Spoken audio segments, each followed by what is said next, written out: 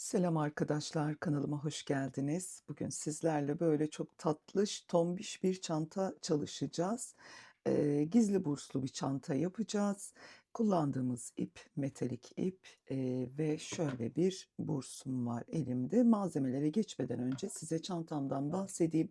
Çantamın iç hacmi oldukça geniş. Görüntü olarak küçük, mini boy bir çanta ama iç hacmi gayet güzel. Günlük kullanım için, çok uygun bir çanta. Hemen bir ölçü vereyim size. Tamamen sık iğnelerden oluşan bir çanta bu arkadaşlar. Örmesi çok kolay, çok pratik. Bu metal ipim de oldukça yumuşaktı. Hemen bakın şöyle bir en ölçüsü vereyim size. 27 santim eni ve bir de boy ölçüsü. Şuradan tuttuğumda bakın 15-16 santimde çantamızın bir yüksekliği var. Bursunu ben örerek gizledim. Yani şurada bir parça örüp onun içine saklayarak gizledim. Hemen bir taban ölçüsü de vereyim. Bakın şu şekilde aldığımda geniş geniş alıyorum. Şöyle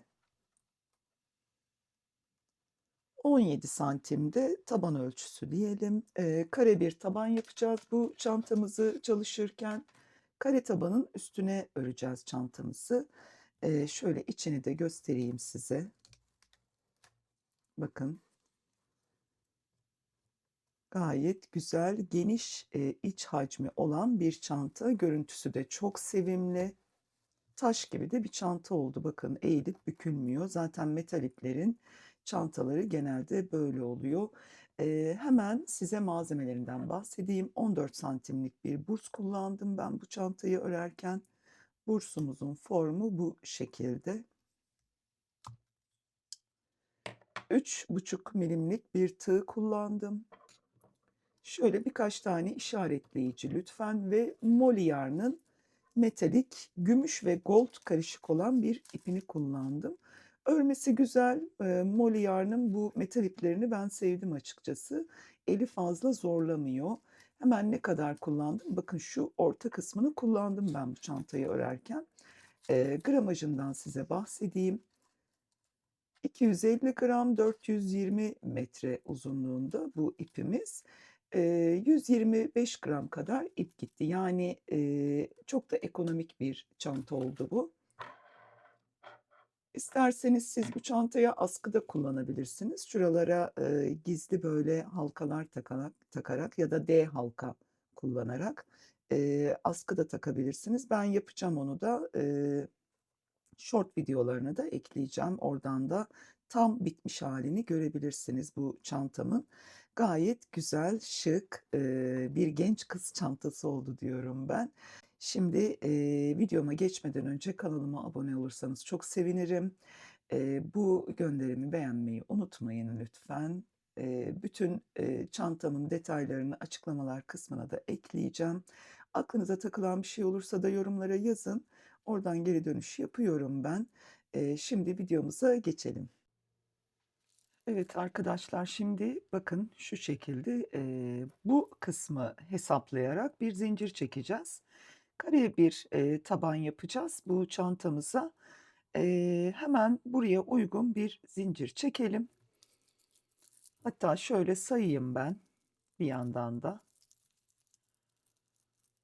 Bir tane kilit yapıyorum.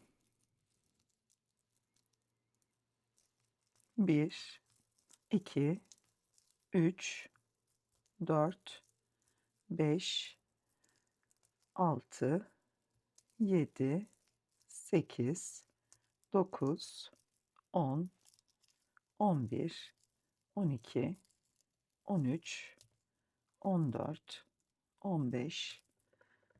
Şöyle bakalım. Birazcık daha. 16, 17, 18, 19, 20. 21 diyelim biz. 21. zincir bizim geri dönüş zincirimiz arkadaşlar. Çünkü ben bu tabana aynı zamanda çerçevede döneceğim. Onu da hesaplayarak 20 artı bir zincir yaptık. Bakın şöyle hemen geri dönüş yaptım. İlk ilmeğimin tersine battım. Bakın bu noktalara ipim çok parlak. Görebiliyor musunuz bilmiyorum ama, bu başak görüntüsü altta kalıyor. Arka tarafında da şöyle çizgiler var hanımlar. Çizgilere batacağız biz. Şöyle bunu öreyim. Bakın gösteriyorum size.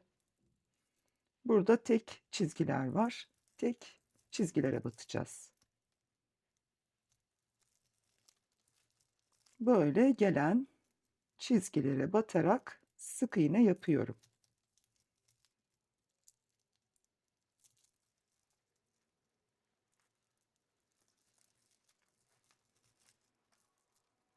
Bu şekilde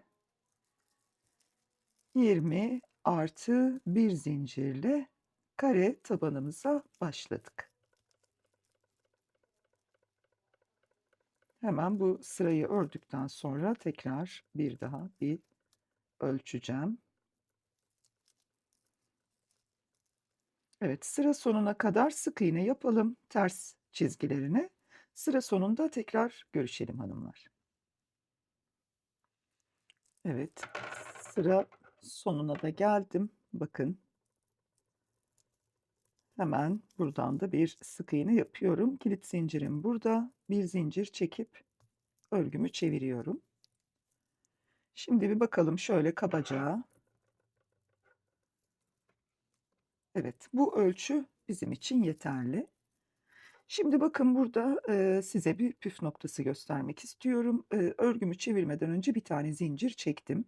Bu zinciri biz bir sayıyoruz arkadaşlar. Ve hemen şu dibindeki başağa batmıyoruz. İkincisine batacağız burada. Ve bu şekilde de 2 oldu. Bakın. Hemen bu zincirimizin dibine batmıyoruz. İkinciye batıyoruz. Bu da çerçevesini yani kenar hattının düzgün olmasını sağlayacak ve gelen ilmeklere tekrardan sık iğne yapıyorum. Dümdüz sık iğne yapıyoruz arkadaşlar. Kare taban çalışacağız. Gelen her bir başa sık iğne yapıyorum. Bakın bu şekilde. Şimdi tekrar sıra sonunda görüşürüz. Evet, sıra sonuna geldim. Bakın sıra sonunda şöyle bir başağımız var. Buna muhakkak batıyoruz. Bakın bu kısma. Bu kısım çok önemli. Yoksa içeri doğru bir eksiltme yapmayalım. O yüzden o en son başağımıza muhakkak batıyoruz. Bakın yine bir zincir çektim, yukarı çıktım ve örgümü ters çevirdim. Biz şu noktaya batmıyoruz. Yani bu ilmeğin dibindeki şu başağa batmayacağız hanımlar. Hemen yanındakine batıyoruz ve bir sık iğne yapıyoruz. Bitirirken en son ilmeği muhakkak örüyoruz. Bir üst sıraya geçmek için bir zincir çekiyoruz. Üst sıraya geçtiğimizde de zincirin dibindeki başağa batmıyoruz. İkincisine batıyoruz. Çünkü zaten o zincir bize ilk sık iğnemizi vermiş oluyor. Burası çok önemli. Bu kenar kısmının dümdüz olması için özellikle taban çalışmalarında çok önemli hanımlar. Ve yine dümdüz sık iğne örüyorum. İpim çok parlıyor biliyorum.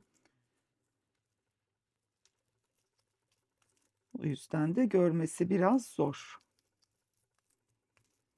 Ama tatlı, güzel, miniş bir çanta örüyoruz. Hem de çok kolay bir çanta. Metalik ip sizi zorlarsa daha farklı bir iple de örebilirsiniz bu çantanızı. Hemen bakın yine en sona muhakkak batıyorum. Bakın şuraya. Ve bir sık iğne, bir tane zincir, örgümü çevirdim. İlkine batmıyorum, ikincisine bir sık iğne. Ve bu şekilde tabanımızı örüyoruz hanımlar. Evet, bu kısma kadar anladıysak bir daha şöyle bir tutmak istiyorum. Şu an bu ölçüden biraz küçük gelmiş olabilir size. Bakın şöyle iç kısmını tutayım. Ama biz bu tabanın en sonuna bir tane sık iğne öreceğiz. O yüzden ben böyle, başladım 20+1 zincirli ve yukarı çıkarken de köşelerden arttırma yapacağız. Tekrar buradan sık iğne yapıyoruz.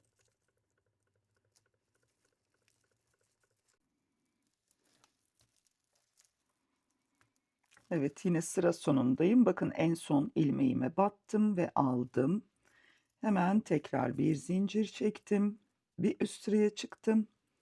Örgümü de çevirdim tabii ki burada. Önlü arkalı örüyoruz çünkü hemen ilkine batmıyorum. İkincisine yine bir sık iğne yapıyorum.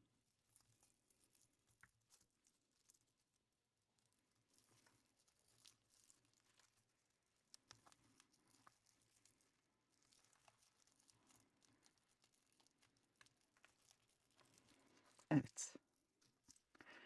Bunu tabii ördükten sonra mutlaka ütülemeliyiz. Ütüleyince formu yerine gelecektir. Şimdi ne kadar öreceğiz? Hemen size onu söylemek istiyorum. Evet, şu şekilde metremi aldım. Buradan tutuyorum. Bakın arkadaşlar. Şimdi 13 santim örüyoruz. Şöyle göstereyim size de. 13 santim örelim. Zaten çevresine bir sıra sık iğne gideceğiz. O da bize 14-14,5 santimi verecektir. Şimdi 13 santim örelim ve tekrar görüşelim. Evet arkadaşlar 13 santim ben ördüm. Bu tabanımızı bakın şöyle size göstereyim. Bu şekilde olacak. Şimdi yine bir ölçü de vereyim tabii ki. Şöyle tuttuğumda bakın. Şimdi burada ne yapıyoruz? Hemen şöyle tığımı düzelteyim. Yanından en son bakın en son ilmeğime battım ben şimdi burada. Burada geri dönüş yapmıyoruz. Aynı yere bir kere daha batacağız. Yani buraya çift batıyoruz. Bu da dönüşümüzü sağlıyor bizim. Bakın şimdi gelen boşluklara şöyle birer tane sık iğne yapıyorum. Şu şekilde gelen boşluklara birer tane sık iğne yapıyoruz.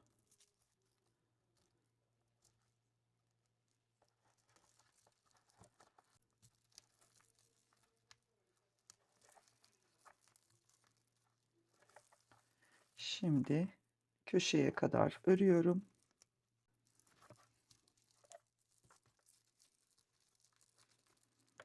Evet, köşe noktama geldim. Hemen bu kısma çift batıyorum. Ve tekrar üstünden başaklara, başak kısmına geldik çünkü. Normal sık iğne yapıyoruz. Burası tabii bizim ilk çektiğimiz zincir olduğu için birazcık sıkı sıkı. Ama başaklara batın hanımlar. Daha ince bir tığ da kullanabilirsiniz bu alanda zorlandıysanız. Çünkü metal ipi örmek zor. Böyle çok ince başaklara batmak daha da zor. Bakın. Şöyle göstereyim. Şimdi buradan bu kısmı örelim lütfen. Köşeye geldiğimizde tekrar çift batacağız. Ve sonra bu köşeye geldiğimizde de yine çift batacağız hanımlar. Burayı da dönelim lütfen. Şu kısmı da. Bu kısımda tekrar görüşelim. Evet arkadaşlar şimdi bakın son sırama geldim. Şu şekilde hemen buradan bir kaydırma yapıyorum ve ipimi kesiyorum.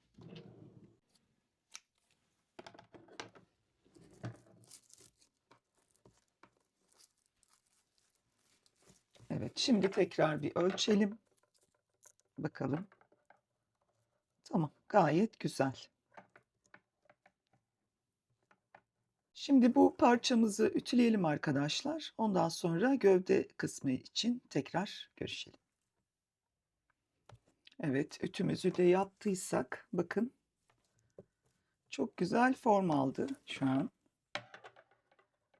Şöyle size de göstereyim. Gayet güzel. Ölçümüz de tam. Hemen bursumu kenara alıyorum. Ve tam şu orta kısımdan başlıyorum. Düz kısmı olsun lütfen. Bize bakan tarafı. Tersten başlamayalım tabanımıza. Çünkü çok parlak bir ip olduğu için tersin düzünü biraz karıştırabiliriz. Bakın şöyle üst kısmından başlıyorum ben. Yani bursun katlama yerlerinin geldiği kısımdan başlıyorum. Bakın şu şekilde. Hemen şöyle ipimi üstüne attım.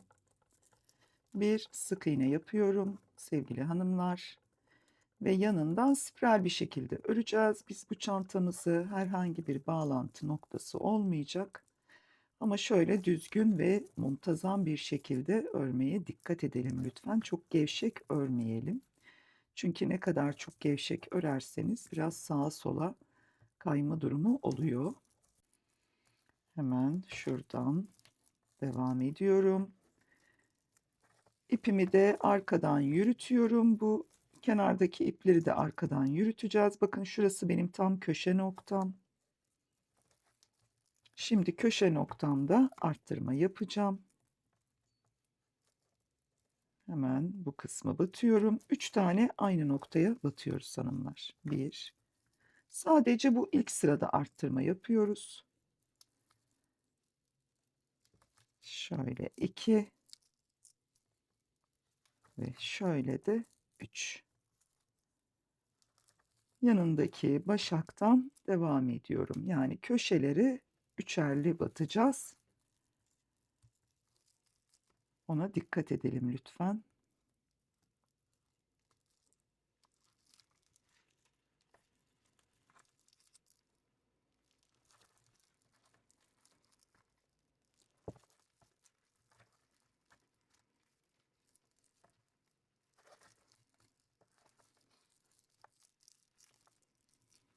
Evet, şöyle göstereyim köşeyi. Bu köşede tekrar görüşelim hanımlar. Buradan dümdüz sık iğne örerek zaten bu köşeye geleceğiz şimdi. Orada tekrar görüşelim. Arttırmayı bir daha göstereyim. Evet, tekrar köşe noktasındayım. Bakın burada bir başağımız var tam köşede. Hemen bunun içine 3 tane sık iğne yapıyoruz.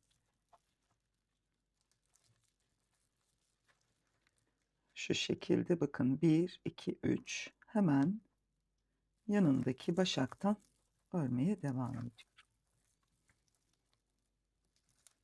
Evet arkadaşlar, şimdi diğer köşeme de geldim. Bakın ipimi kopardığım köşe burası. Hemen buraya da 3 tane. Şu ipi de sıkı sıkı tutalım lütfen. Arttırma yapıyorum. Aynı noktaya 3 tane sık iğne yaptım. Hemen bakın şöyle bu koparmış olduğum ipin gövdesine giriyorum. Kaydırma yapmıştım en son hatırlıyorsanız. O kaydırma yaptığım başağa şimdi battım ve yanından tekrar bu ipi de bu iç kısımda yürüterek, gizleyerek devam ediyorum sık iğnelerimi.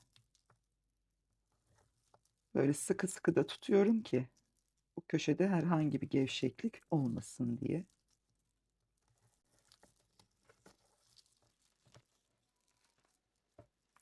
Bakın.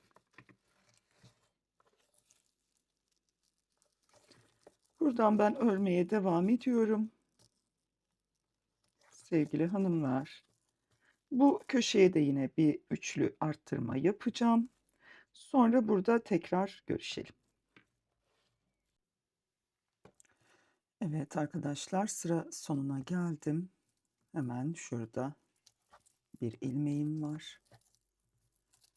Bir sık iğne daha yapıyorum. Bakın burada ilk başlamış olduğum nokta var. Direkt spiral bir şekilde öreceğiz. Şu şekilde bakın, tığımın üstüne aldım.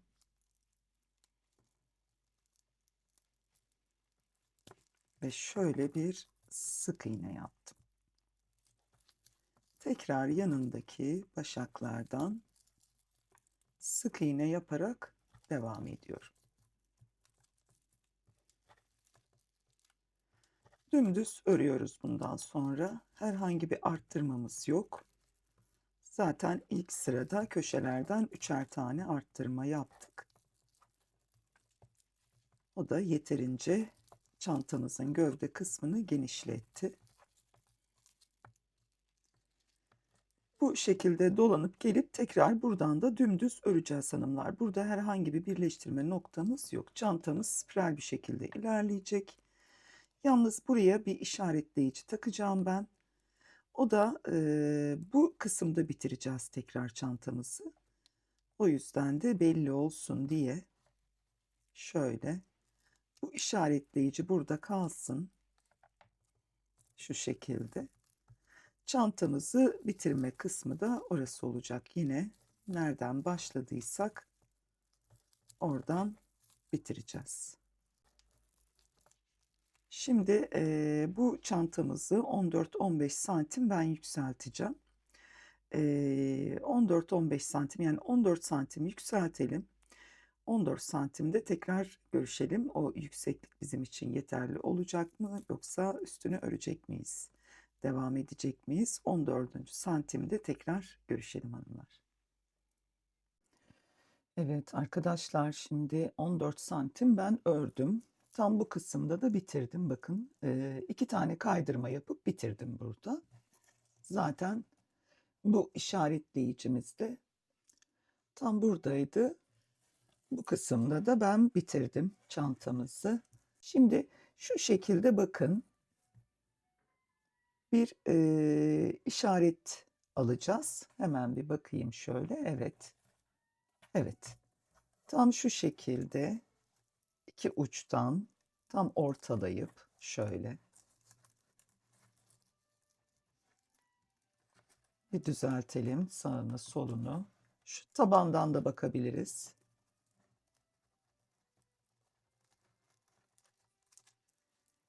Evet bakın şu şekilde. Zaten ben buraya bir tane takmıştım. Size göstermek için diğer işaretleyicimi takmadım. Evet şöyle düzgünce düzelterek elimizle bu kenar kısmına da hemen bir işaretleyici takıyorum. Aynı şekilde bu tarafı da bir bakalım şöyle, bir emin olmak için. Şöyle düzeltip iyice. Evet. Tamam. Buralara takmamıza gerek yok. Şimdi burada ne yapacağız? Bu borsumuzu saracağız, ama nasıl saracağız? Bakın şimdi buradan ilmek sayıp ilmekleri bu kısımda biraz pay bırakıp öreceğiz arkadaşlar. Bir 7-8 sıra öreceğiz. Sonra bu bursumuzu şu şekilde içine alıp şuradan göstereyim. Bu şekilde dikeceğiz. Bursu sarmadan bu işlemi yapacağız. Hemen şuradan hesaplayalım ve başlayalım. Şu ipimizi de arada yürütelim hatta.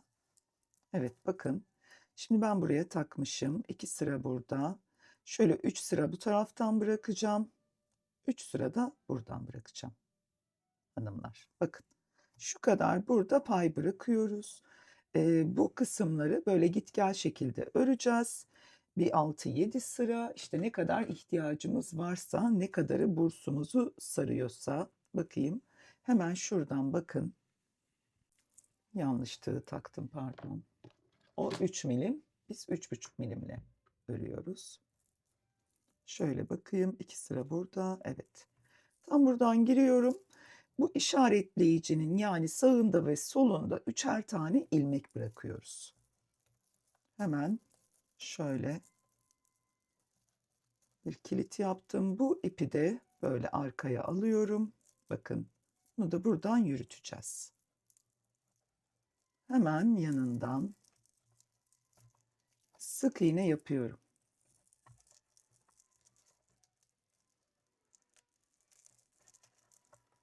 Çok pratik ve kolay bir burs takma yöntemi olacak bu.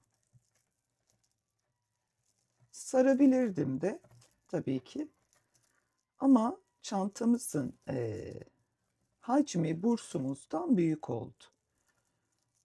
Bu kötü bir şey değil. Aksine bence hoş bile duracak. Her zaman için burstan çantamız birkaç santim büyük olmalı ki katlanma yerleri bursun içeride kalsın. Çantamızın içinde kalsın yani. İpleri de böyle yürütüyoruz arkadan. Yürütebildiğimiz kadar. Hem sağlam olur hem de o kötü görüntüyü içeride bırakmış oluyoruz. Tamamen sık iğne yapıyorum ben.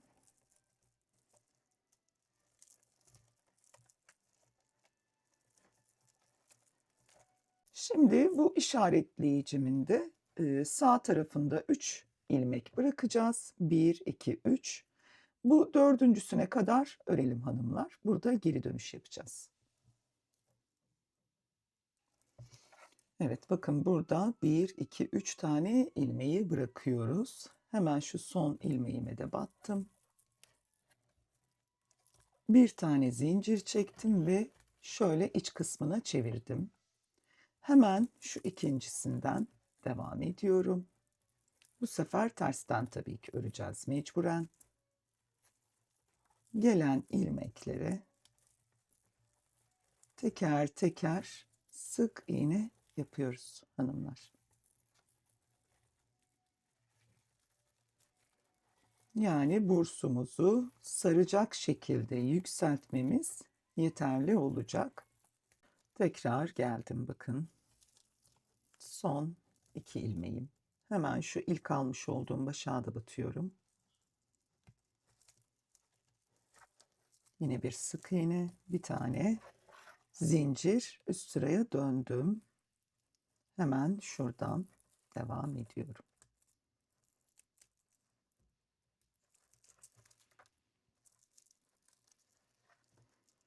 Bunun dibine batmıyorum. Burayı anladınız mı bilmiyorum ama bunun dibine batmıyorum. Ben bakın buradaki başağa batıyorum.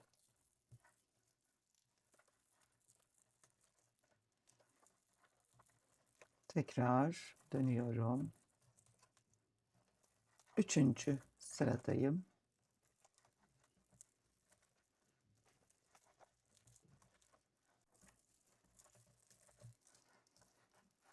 Şu şekilde göstereyim bakın. Bir 6 sıra örelim hanımlar. Bakalım bursumuzu sarıyorsa eğer diğer tarafını öreriz. Eğer eksik kalırsa da bir sıra daha öreriz. Şimdi ben 6 sıra örüp geleceğim. Evet arkadaşlar, şimdi ben 6 sıra ördüm.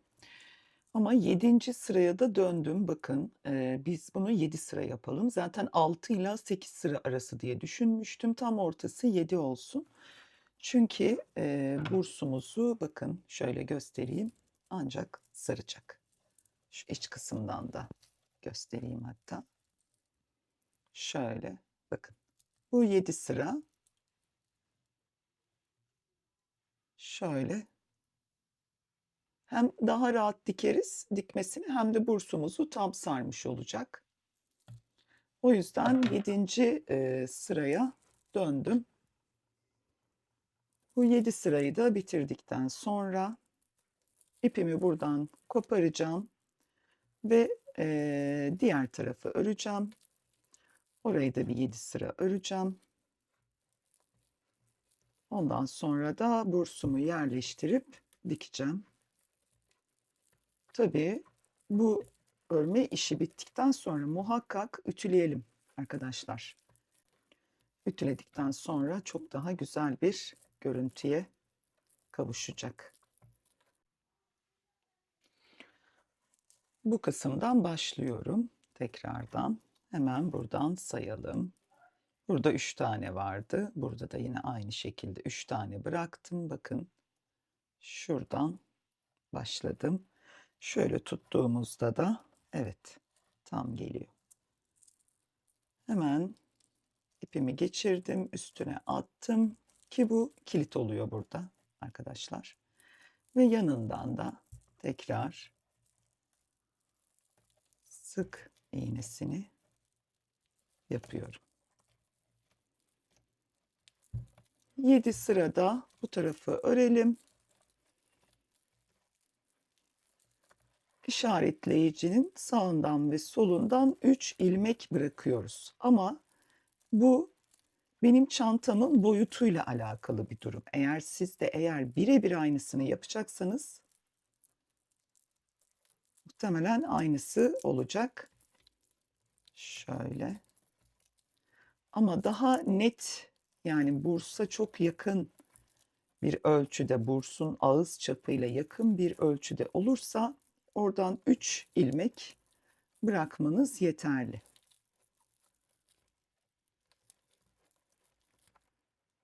Çantamın hacmi büyük diye ben 6 bıraktım arkadaşlar. Evet arkadaşlar, şimdi ütümü de yaptım. Bakın gayet güzel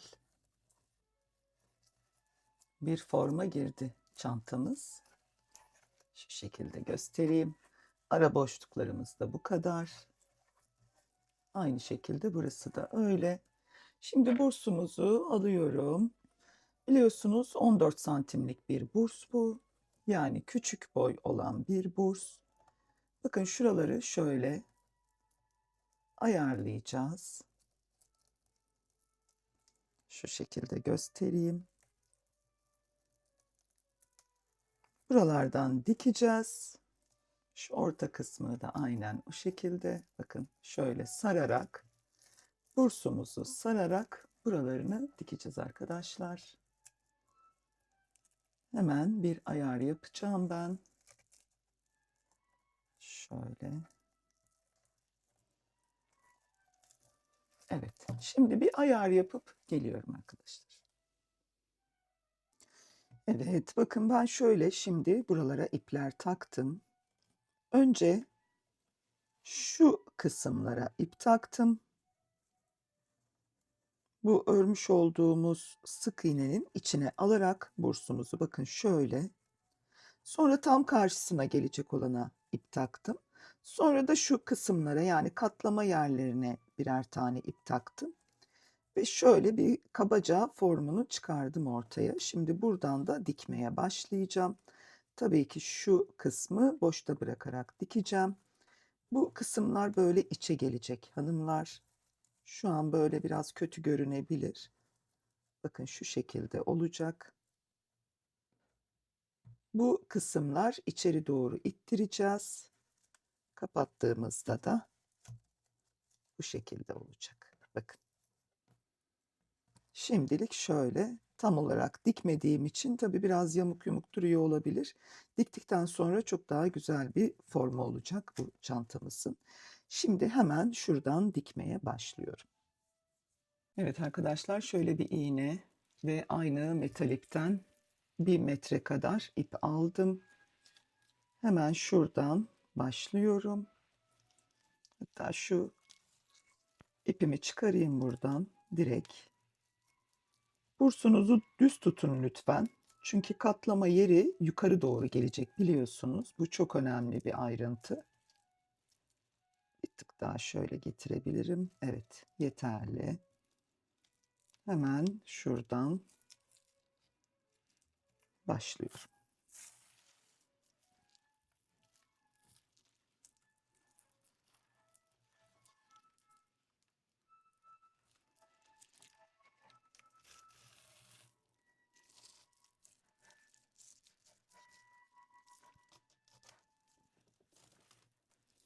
Şu ipimi şöyle alıyorum. Bakın kilit yaptığımı. Hemen onu da şu altı sıkıştırarak battığım yerden tekrar yanından çıkıyorum. Aynı sırada dikin lütfen. Alt üst olmasın. Bu önemli. Hemen bakın çıktığım yerin yanından ve arkasını da düzelterek dikiyorum.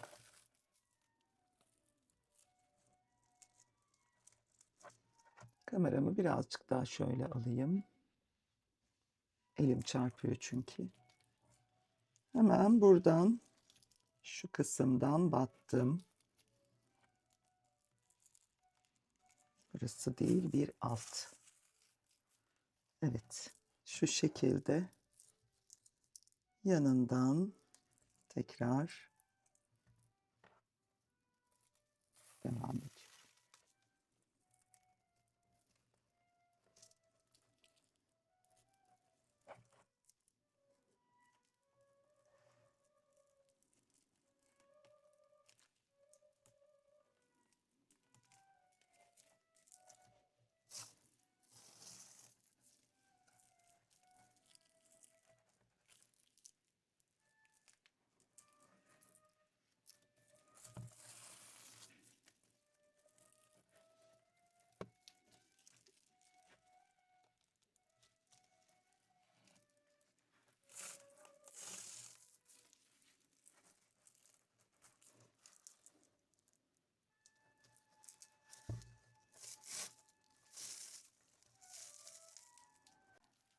Evet arkadaşlar bakın.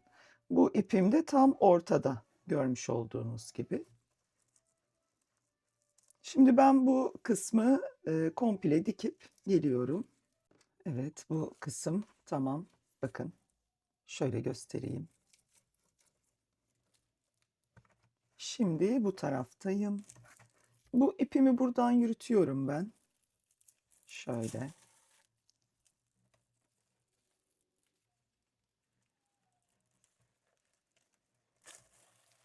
Tekrar bir ip takmayayım diye. Şimdi bu kısımda bakın şu işaretleyiciler buraya denk geliyor mu? Bir ona bakıyoruz. Hemen şuraya. Tam orta katlama kısmına ve buradan hemen şuradan dikmeye devam ediyorum. Şu şekilde. İpim çok parlak. O yüzden sıkıntı yaşıyor olabilirsiniz hanımlar. Ama bu iple de bir çanta anlatmak istedim açıkçası. Çünkü metalik ipler de çok tercih ediliyor biliyorsunuz. Özellikle burslu çantalarda.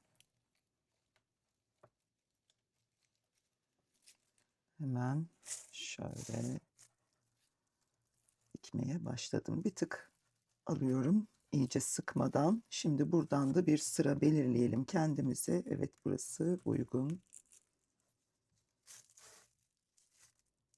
Aynı noktadan bir daha girip çıkacağım. Sabitlemek adına. Şöyle yanından tekrar geri dönüyorum.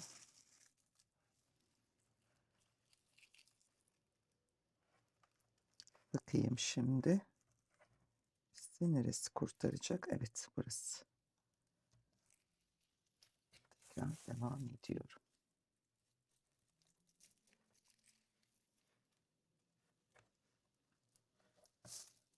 Bu arada bursumun çapıyla bu örmüş olduğum en son bursları saracağım parçaların çapı aynı. Arkadaşlar ikisi de 23 santim yani bursumun buradan ölçtüğümde burası 23 santim. Bu örmüş olduğum ekstra uzantı da 23 santim. Onu ayarlayın lütfen siz de kendi bursunuza göre.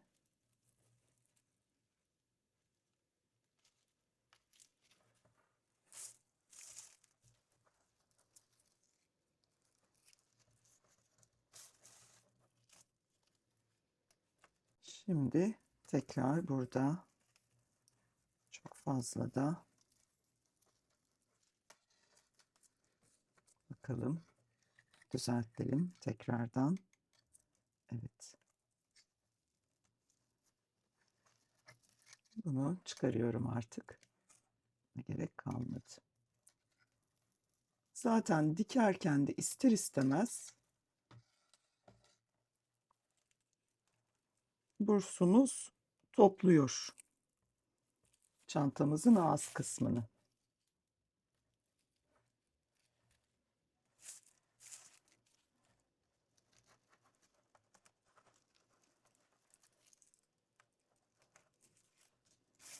Evet, bu kısmı da dikip geliyorum arkadaşlar ben. Evet, şöyle bakın. Çantamızı bittik, yani dikme işlemi tamamlandı. Şöyle mesela şuraları dışarı verelim. Bakın buralarda paylarımız var biliyorsunuz. 6 ilmeklik paylar. Bu şekilde bir kapatalım. Bakın. Çok güzel olmadı mı? Çok güzel oldu. Açalım. Şimdi buraları içe verelim bir de. Bir de bu şekilde kapatalım. Nasıl olacak? Bakın. Taban kısmını göstereyim şöyle. Çok hoş oldu.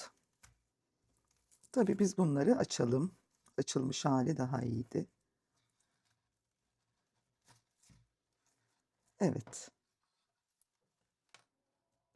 Şöyle bakın, gayet güzel. Şimdi bu iplerini bir temizleyeyim ben. Sonra tekrardan görüşelim. Evet arkadaşlar, çantamızın iplerini temizledim. İşaretleyicileri çıkarttım. Şöyle genel olarak bir daha göstereyim size. Taban kısmı kare. Kare formlu bir burslu çanta oldu bu. Bursumuz da zaten kareydi. 14 santim çapındaydı bursumuz. Ve gayet de güzel oldu. Şöyle yine bir ağzını kapatmak istiyorum. Bakın bu şekilde görünüyor. Şuralara ben şimdilik bir zincir taktım. Buralara böyle askı aparatları da takabilirsiniz. İsterseniz D halkalarda dikebilirsiniz ya da bu kısımlara ya da şu iç hemen bursumuzun alt kısmına da yapabilirsiniz. Ben şimdilik size fikir olsun diye şu şekilde taktım askıyı. Videomuz burada bitiyor arkadaşlar. Umarım verimli bir video olmuştur. İpim çok parlıyordu biliyorum. Ama yapacak bir şey yok. Metalik iplerde maalesef bu sorun var. Bir başka videoda görüşmek üzere arkadaşlar. Hoşça kalın, sevgiyle kalın.